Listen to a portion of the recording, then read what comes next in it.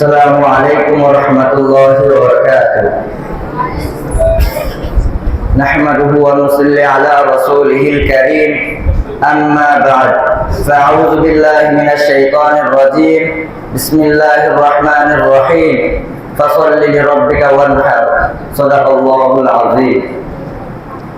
অধ্যকার কুটিরচর কবরস্থান হাফিজিয়া দারুল উলুম মাদ্রাসা ছাত্রক সংসদ কর্তৃক আয়োজিত ঈদুল আজহার উপলক্ষে বাৎসরিক প্রতিযোগিতার সম্মানিত সভাপতি ও আমার সামনে বসা সবুজ বাংলার দূর দূরান্ত থেকে আগত এলএম পিপাসিত ছাত্র ভাইয়েরা, সবাইকে জানাই আমার পক্ষ থেকে আন্তরিক শুভেচ্ছা ও অভিনন্দন।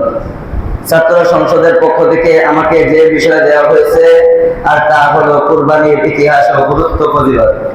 উক্ত বিষয়ের উপর কিঞ্চিত পরিমাণ আলোচনা করব ইনশাআল্লাহ। সম্মানিত উপস্থিতি, কুরবানি ইসলামের গুরুত্বপূর্ণ বিধান ও বিশেষ ইবাদত। হযরত আদম আলাইহিস সালামের যুগ থেকে তা চলে আসছে, যা তিনার দুই ছেলে হাবিল ও কাবিলের মাধ্যমে সংগঠিত হয়েছিল।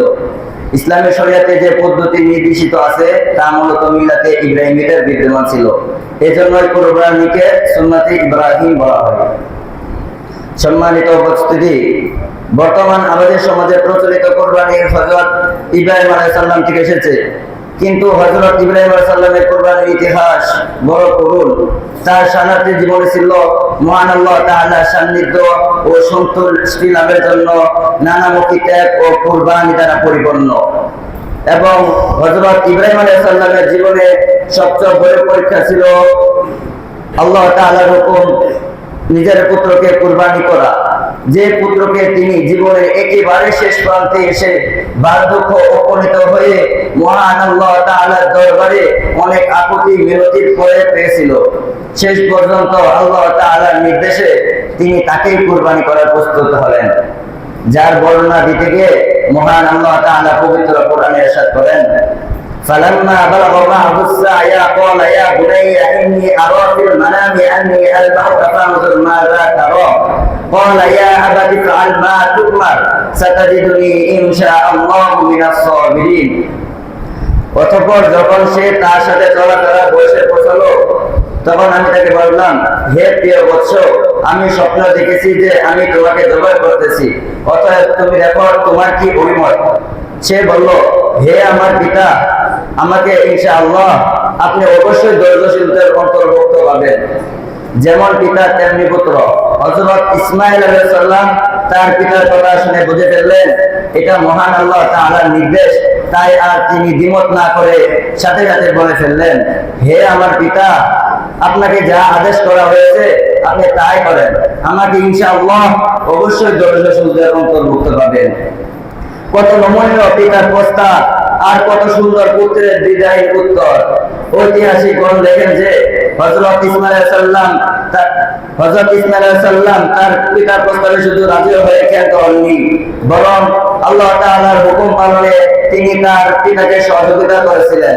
যখন হযরত ইব্রাহিম আলাইহিস সালাম হযরত ইসমাঈল আলাইহিস সালামকে জবাই করতে শুরু করলেন, তখন হযরত ইসমাঈল আলাইহিস সালাম হযরত ইব্রাহিম আলাইহিস সালামকে বললেন যে আমাকে জবাই করার পূর্বে আমার চোখ দুটো ভালো করে বেঁধে নিন, যাতে করে ছুরি চালানোর সময় ছুরি দেখলে আমি যেন ঘাবড়ে না যাই এবং মহান আল্লাহ তাআলার হুকুম পালনে বেঁচে ওঠে।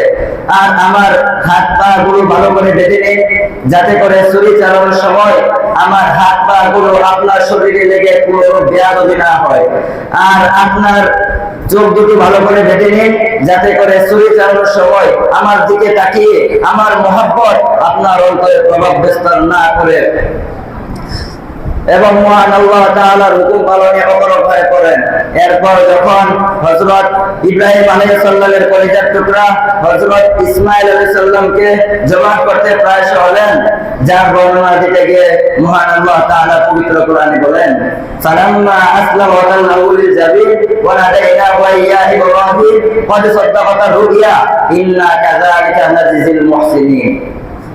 অতঃপর তারা উভয় যখন আত্মবর্ষণ করলো, সে তাকে কাট করে সরিয়ে দিল, তখন আমি তাকে আহ্বান করে বললাম, হে ইব্রাহিম, তুমি তো তোমার স্বপ্নকে সত্য করে প্রেরণ করেছো। নিশ্চয়ই আমি এভাবে সৎকর্মশীলদেরকে পুরস্কৃত করে থাকি। পিতা পুত্র যখন মহান আল্লাহ তাআলার হুকুম পালনে পূর্ণ প্রস্তুতি নিয়েছেন মাত্র, কিন্তু এখনো জবাইয়ের কাজ সম্পূর্ণ করেননি। সে মুহূর্তে মহান আল্লাহ তাআলা বলেন, হে ইব্রাহিম, তুমি তো আমার আদেশ পালন করে ফেলেছো। এরপর হযরত ইসমাঈল আলাইহিস সালামকে জবাই হতে দিলেন না, বরং হযরত ইসমাঈল আলাইহিস সালামের পরবর্তীতে জান্নাত থেকে একটি পশু এনে প্রেরণ করে দিলেন আর ঘোষণা করে দিলেন, ওয়াসাদাইনাহু বিযিবহিন আযীম, আর আমি এক মহান জবাই যা ছিল একটি লম্বা বিনিময় তাকে মুক্ত করলাম। সম্মানিত সাথী ও ভাইয়েরা, এবার আসুন আলোচনা করা যাক এই কুরবানির ফজিলত সম্পর্কে। ইসলাম ধর্মে কুরবানির ফজিলত অপরিসীম, আর এই অতি গুরুত্বের কারণে মহান আল্লাহ তাআলা সামর্থ্যবান প্রতিটি মুসলমানের উপর কুরবানি ওয়াজিব বা বাধ্যতামূলক করে দিয়েছে। যেমন তিনি ইরশাদ করেন, ফাসল্লি লিরাব্বিকা ওয়ানহার, আর তুমি তোমার প্রতিপালকের উদ্দেশ্যে নামাজ আদায় করো এবং কুরবানি করো। একইভাবে হাদিসের মাঝে মহানবী সাল্লাল্লাহু আলাইহি ওয়াসাল্লাম কুরবানির অতি গুরুত্বের কারণে সাহাবায়ে কেরামদেরকে কুরবানির নির্দেশ দিয়েছেন। এমনকি সামর্থ্য থাকা সত্ত্বেও কুরবানি করলো না, তার ব্যাপারে কঠিন সতর্কবাণী উচ্চারণ করেছেন। এই বলে, মান ওয়াজাদা সাআতান লিআই ইউদহিয়া ওয়া লাম ইউদহি ফালা ইয়াদুরু মুসাল্লানা, যে ব্যক্তি কুরবানি করার সামর্থ্য থাকা সত্ত্বেও কুরবানি করলো না, সে যেন আমার ঈদগাহে না আসে। অপর এক হাদিসে সাহাবায়ে কেরামরা রাসূল আকরাম সাল্লাল্লাহু আলাইহি ওয়াসাল্লামকে কুরবানি ফজিলত সম্পর্কে জিজ্ঞাসা করলেন। রাসূল আকরাম সাল্লাল্লাহু আলাইহি ওয়াসাল্লাম বলেন, ফাকালু ফামা লানা ফিহা ইয়া রাসূলুল্লাহ, ফাকালা বিকুল্লি শারাতিন হাসানা, ক্বালু ফাসসুতু ইয়া রাসূলুল্লাহ, ফাকালা বিকুল্লি শারাতিন মিন হাসানা। রাসূল আকরাম সাল্লাল্লাহু আলাইহি ওয়াসাল্লামকে জিজ্ঞাসা করলেন, কুরবানির বিনিময়ে আমাদেরকে কি প্রতিদান দেওয়া হবে? রাসূল আকরাম সাল্লাল্লাহু আলাইহি ওয়াসাল্লাম বললেন, কুরবানির পশুর প্রত্যেকটি পশমের বিনিময়ে তোমাদেরকে একটি করে সওয়াব দেওয়া হবে। সম্মানিত সাথী ও বন্ধুগণ, আমরা এই উল্লেখিত আলোচনা দ্বারা জানতে পারলাম কুরবানির ইতিহাস, গুরুত্ব। এখন আমি আপনাদের সামনে কুরবানি কবুল হওয়ার জন্য অত্যন্ত জরুরি উল্লেখযোগ্য একটি বিষয় আলোকপাত করব। সম্মানিত উপস্থিতি, কুরবানি একমাত্র আল্লাহ তাআলার জন্য হতে হবে। বস্তুর ভক্ষণ করার জন্য বা লোক দেখানোর জন্য এই জাতীয় কোনো ইচ্ছা আকাঙ্ক্ষা থাকতে পারবে না।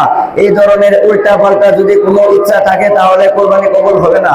এই সম্পর্কে মহান আল্লাহ তাআলা পবিত্র কোরআনে বলেন, লা ইয়ানালুল্লাহু লুহুমুহা ওয়ালা দিমাউহা ওয়ালাকিন ইয়ানালুহু তাকওয়া মিনকুম কাযালিকা সাখারাহা লিতুকাব্বিরুল্লাহ ওয়া বাশশিরিল মুহসিনিন। আল্লাহ তাআলার কাছে পৌঁছায় না এগুলোর বস্তু রক্ত, বরং তার কাছে পৌঁছায় তোমাদের তাকওয়া। ওয়া আখির দাওয়ানা আনিল হামদুলিল্লাহি রাব্বিল আলামিন।